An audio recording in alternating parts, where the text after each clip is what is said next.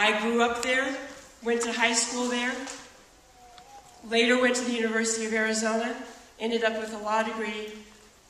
My first job out of law school was as a prosecutor in Coconino County, and I still live there. That's where I raised my family. My mother's first, and my mother's here tonight. I'm really honored to have her here. My mother's first family member came to Arizona over 80 years ago, and he actually came right here to Prescott, to Fort Whipple. He had been injured in World War I. My dad was a World War II veteran. I have a long history of service in my family in the military, and I want to thank all of our veterans who are here tonight for your service. I serve on the Veteran Services Committee, and we have a long tradition of leadership in the Prescott area. Bob Stump, our former congressman, was chairman of Veteran Services. And in our hearing room, there's a big portrait of him. I sit under that portrait, and I'm inspired by the service that he gave to this congressional district. Our veterans deserve for Washington to keep the promises they've made to them.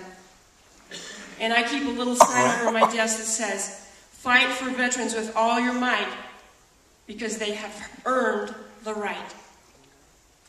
And our veterans continue to need jobs. And folks, this is a tough time. You know that. I don't have to tell you. We're in a recession.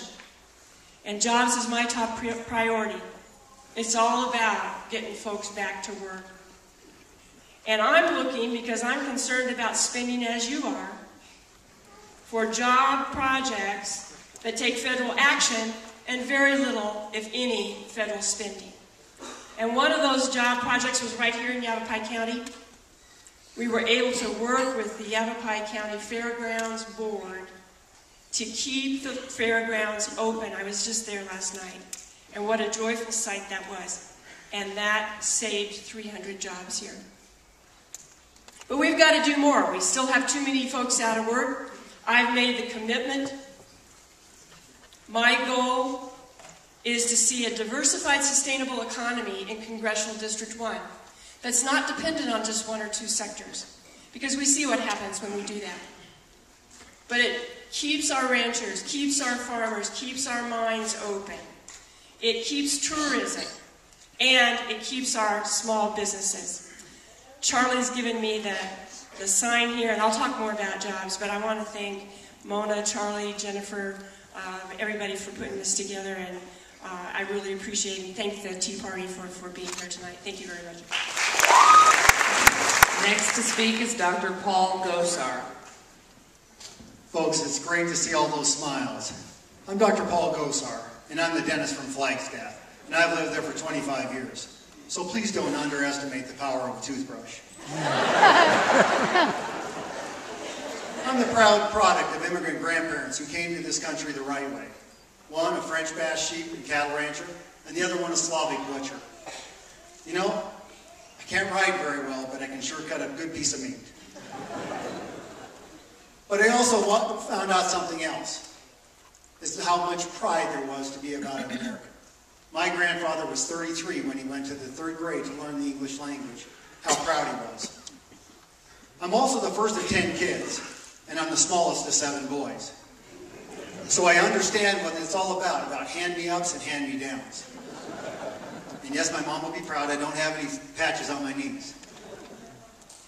But my folks, my dad a geologist and my mom a teacher, taught us that if we saw something wrong, that you involved yourself, that you got involved and you got it done.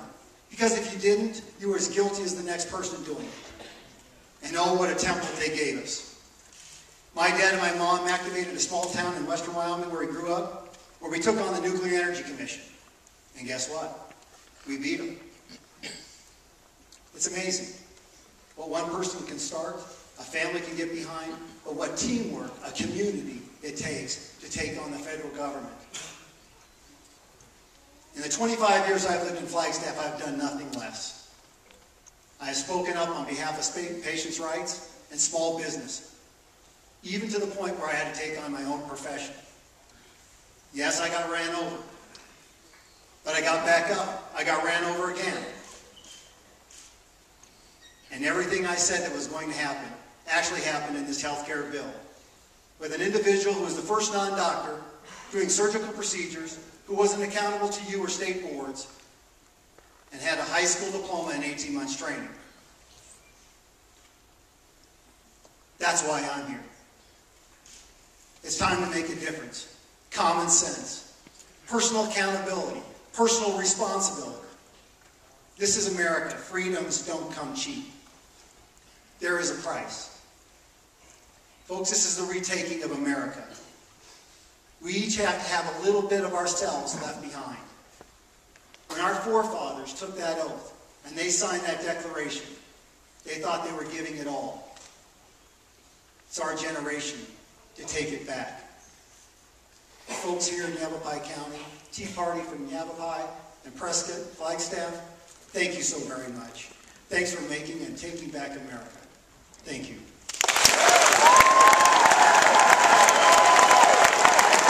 We're going to move this along because we don't have much time. Ian Gilead.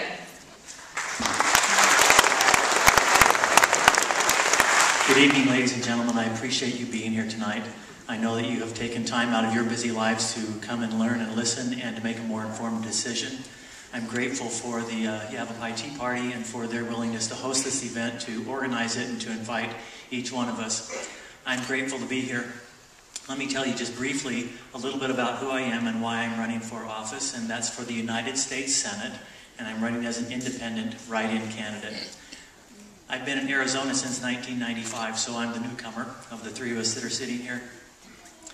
I grew up in a small town called Bremerton, Washington. It's a Navy town. My father served in the Navy. We have a daughter that serves active duty today in the Navy. But I think what you're really interested in knowing as to why I'm standing in front of you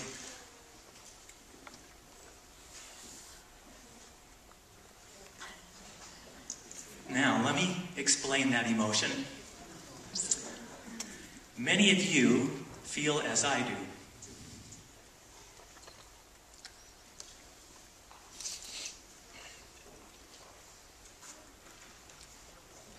We believe in God. We believe in this country. We will defend it with our lives if we need to. I've never been called on to do that. Some of you have, and yet you're still here. Now, I'm the youngest of six children.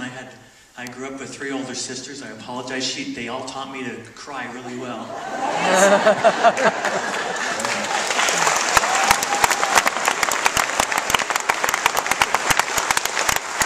Yes, I believe strongly in the freedoms that we enjoy.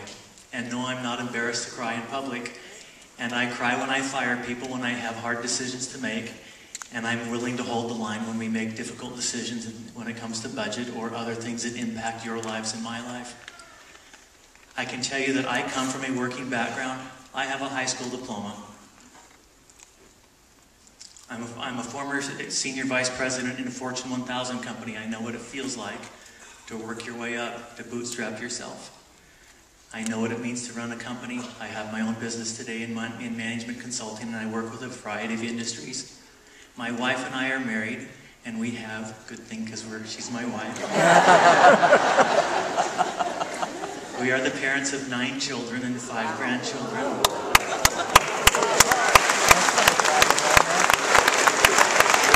Now, in fairness, it's a second marriage for both of us, so many of you may have had similar experiences. So she brought 5 to the household, I brought 4, and we've done our best to teach them to be personally responsible for who they are, to be self-reliant, and I look forward to answering the rest of the questions this evening. Thank you for being here.